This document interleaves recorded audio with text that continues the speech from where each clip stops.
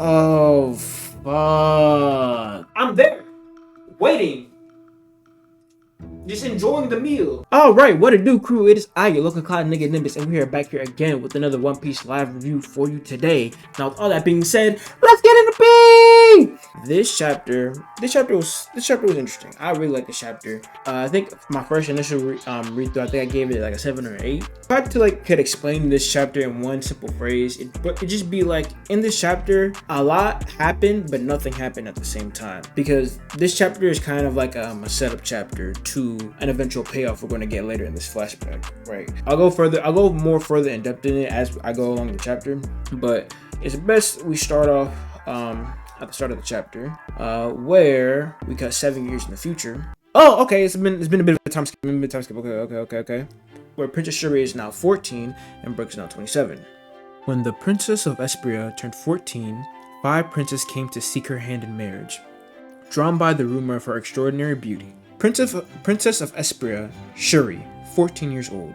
I have no interest in weak men, and don't even think about approaching me if you can't play music! Music? Really? All these princes are coming after her, wanting her, because her beauty spread all across the land, or the seas. Putting belt to ass on all these princes, because they're all weak as shit. And essentially, she's just mad that these men aren't strong, and they can't play music, so she's just mad that they're not Brook. Right? She's, pretty cute design out of Oda. I fuck with it.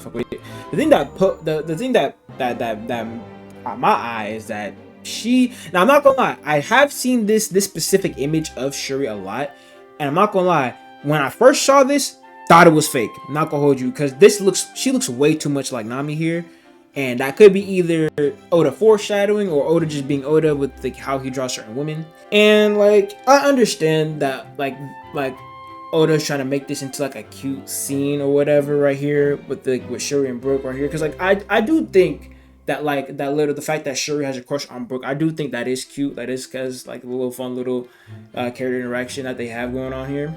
Man, it's honestly adorable. It's adorable seeing that Shuri has a little crush on Brook. It's honestly cute. I fuck with that heavy.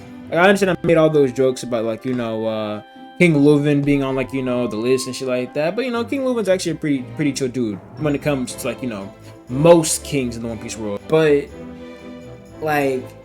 this is I'm not gonna lie, especially with especially about that comment about Shuri going into herself. I'm not gonna lie, that's kind of weird, bro. I'm not gonna hold you, right? And I bet someday.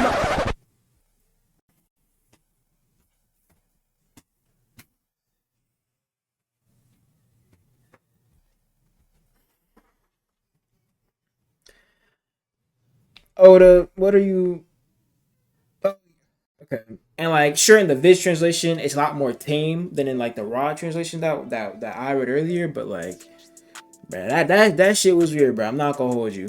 And one more thing, bro, there's gotta be something cooking with Nami's bloodline, because there should be no reason why Oda is drawing so many Nami lookalikes, right?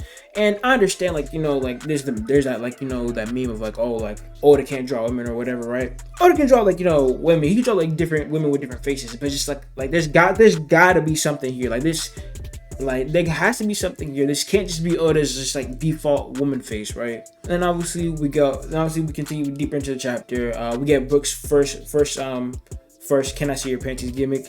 Honestly, I'm waiting to see Brook's first 45 degrees, because right now Oda's just running through all of Brook's greatest hits with his gags, and I'm here for it, truthfully. And then this is where Brook and Shuri Brook starts singing Shuri a song, and Brook starts to reminisce about his younger years. So we get even deeper into the flashback. And hold on, quick intermission before I continue. To all you niggas who are mad that we're getting another flashback in Elbaf, I'm gonna need you to come real close, and hear me well when I say this. I don't give a fuck. So much of One Piece's story and lore revolves around the past, and so much of the information that we need going into the future is in the past. So if we're getting a flashback, I'm there, waiting, just enjoying the meal. If you don't like a flashback, that's a you problem, bro. We up here. We're One Piece niggas. We love these flashbacks. Now that's out the way. We cut back, and I believe this is 27. Hold on, I need to do some math real quick. It's 27, and he's 11 here, so it's 16. 16. Yeah. Then we cut back even further, so now we're 79 years in the past, where Brook is 11, and he is just admiring all of the rich, proper kids playing their instruments. Hold on, I don't think I'm ready for this. I don't think I'm ready for what you're about to drop on me, Oda. Brook, 11 years old. Must be nice. A school with real instruments. They sound so good. Oh, fuck. This is another one of those situations similar to Goa in the Goa Kingdom. Remember in Luffy's flashback how, or even in the Sorbet Kingdom with Kuma's flashback, where there's obviously rich side, poor side. Because at this point, you guys probably could have guessed it. Brook, he got his shit out the mud, gang. This is something that I feel like this is what I mean by a lot. We're about to get a lot of information about Brook, but we're gonna get it really quickly and really condensed. Because we find out literally as he's singing this song in the trash dump that mother and his dad and his brother all died and they starved to death. And the only reason why he's still alive is because he was just been able to eat on toads and grasshoppers so he can thrive, right? And Oda doesn't really like to sit on these heavy topics for too long. He may to just hey, this happened and then move past it, right? And honestly, that's part of the appeal of One Piece, or I think the appeal of One Piece is because when you first look at One Piece, it's on first onset, it's just oh, funny, goofy pirate anime. The main character can stretch. One of the side characters has a sword in his mouth, but it's once you look past that initial superficial goofiness, it's just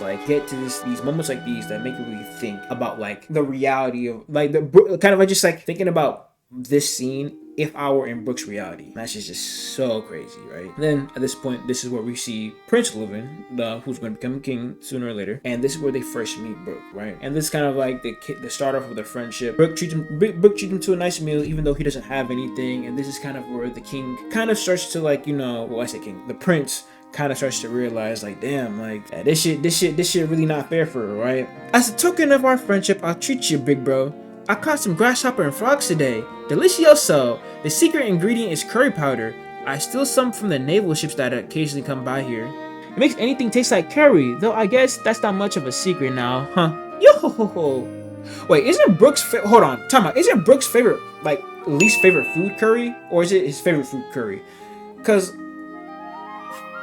I don't know why. I feel like I remember hearing something about curry with Brook. And speaking of the king, Prince in this scenario, listen, I understand not many of y'all fucked with my little joke about King Living being on the list. Listen, you know what? My bad on that one. I'm not gonna lie, I was a bit too hasty to judge him. I'm not gonna hold you. Listen, I can miss here and there. But outside of that, this is where we get a bunch of different panels of Brook and Living's friendship, them just fishing together, them singing songs together, them just chilling together, right? Them, hey, boys just being boys. The story. People can't be happy for too long in a flashback, but then we cut over to a port where we have a bunch of Marines with a young Brook tied up, beaten all to fuck. I don't know anything. This is a mistake. Cut the crap. You suck at lying. We know you're the courier. Those gangsters told you to drop off their powder, didn't they? Where did you hide it? It might only be for a split second, but as long as I keep singing, dying doesn't seem so. It'll be over soon. Goodbye, stray doggy. Goodbye, big bro. Oda's really trying to, because these are just regular Marines. Whoa.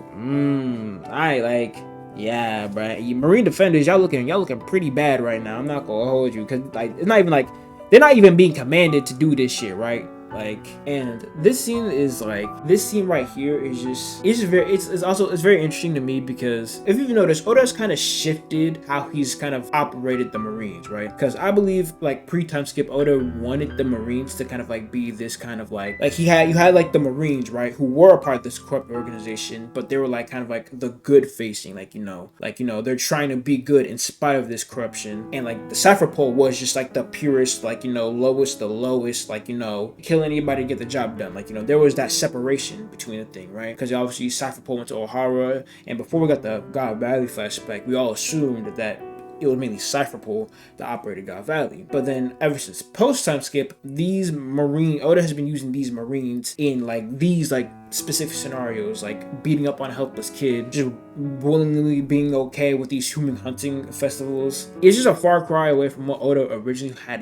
It's interesting to see how Oda has shifted his perspective on how he treats the Marines, because like this isn't even like, these Marines aren't even like, yes, they're being told to like, you know, go after like the Marone family or like these drugs, right? But no one is asking them to beat up on Brook. Like they weren't ordered to do this. Like no admiral, no commanding officer told them to do this. They just got word, intel from somebody, like an informant. It was incorrect, obviously, because Brook didn't do shit. You know, free my nigga. And then they do this, and when Brook doesn't tell them anything, before even Loven comes up, they were just completely ready to axe the nigga. I understand that, like, you know, I'm probably like, you know, yeah, I'm probably just like waffling shit that y'all probably already knew about, but like, you know, I just like, you know, I really think like people don't really talk about like Oda's commentary on like, you know, policing. And then obviously we have Prince Loven and Kendo sliding for Brook. And also, like, bro, see, this is what I mean by like I was too harsh on Prince Loven at first, because like, bro, he's standing on his nuts, talking his hot shit to the Marines, right? I'm really glad I get to see you, Brook. I don't know what would have happened if you died. Prince Loven, we've apprehended the dealers from the Morone family. We've also confiscated the illegal drugs arrested from their courier.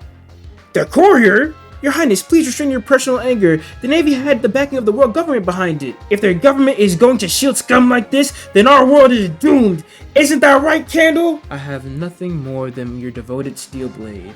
I will always fight by your side. We're Marines, you know? Shut it! You're just garbage!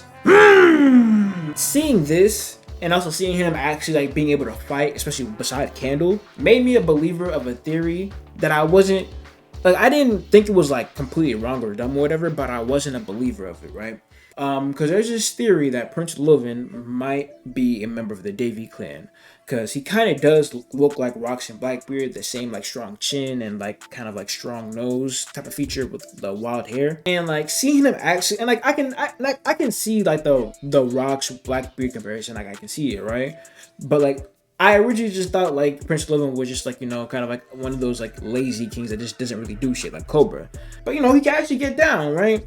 So like seeing him being actually able to fight and do all the other shit, like get like just taking care of these fighter Marines. And on top of the fact of what Candle says in this chapter, because in the Viz version she says, I am your trusted blade, your highness. But in the early translation, she referred to herself as his devoted steel or his devoted blade, which is a rank in the God Knights. And just seeing how she kind of like even fights similar to Garling with that kind of like thrusting rapier fencing style, like it's kind of making me a believer, especially knowing that the king does eventually die and Shuri does eventually end up becoming one of the God Knights. If Prince Loven is a Davy, obviously it makes sense that the world government would want to eradicate them. That's the exact same reason why Garling went to God's Valley. So this could just be another mission. You know, Kendall could be undercover. If he is a Davy, that would make now two different families of the Davy clan in the West Blue, right? And I think that's interesting because like the West Blue operates differently than all the other blues, right? They're the only ones that kind of like have this kind of mafia style like way of operating themselves, especially the pirates, right? The criminals. They like, or crime is a lot more organized in the West Blue, and like I personally think that might have something to tie back to the way Rocks could have ran things, and not Rocks, the way Davy ran things in his order. Maybe Davy ran things more like Yakuza, more mafia style, right? Then whenever Emu or Mu or whoever part of the Nerona, whatever the fuck, like usurped him, like, you know, maybe like, you know, those traditions were just passed down and warped into now like the mafia style family we see, the mafia style family type crime we see today, right? We get to the end of the chapter where essentially Brook is saved, and he obviously crushes on Kenda, which, man, Brook, you are set up from the beginning, gang. You were set up from the beginning. This is also another point in Loven being a Davy. His silhouette right here, as he's like, you know, glazing Brook to the entire castle, it kind of looks like Rock's original silhouette. This is the princess silhouette right here, like, you know, there's Brook crying and all that other stuff, right? And then here's Rock's silhouette, like from when Sengoku first described him, right? Like, like y'all see it? Y'all see it, right? I'm trying to think if there's anything else. Oh, Right. I've seen a lot of rhetoric going around saying essentially people giving up hope on Usopp, right? Because people are saying with everything that we're getting currently right now in present day Elbaf, and with everything we got with Rocks, Roger, Loki, God Valley, plus this Brook flashback we got right here, and plus Luffy hasn't even fought Inu yet, and it's kind of looking like Zoro and Sanji are about to get into their kind of big bombastic fights. People are starting to like go with the idea that maybe Usopp's moment isn't going to happen in Elbaf, or people don't think that there's going to be enough time for him to kind of have like another big bombastic moment outside of obviously rage baiting Emu. And I like, trust me, I do like, I'm not blind. I understand what they're coming from. Like, I do see the logic of what they're saying, but I'm holding out hope. I feel like Oda got some in there, man. He got some in there for Usopp, bro. I know he got something in his bag, bro. Maybe that's probably just delusion and cope. But listen, that's all I got, man. And that's all I can hold on to. But with all that being said, I'm gonna thank y'all for making it to the end of this video. Be sure to like, comment, and drop the sub and all that other nice shit. I'm gonna catch y'all on the next one. Later!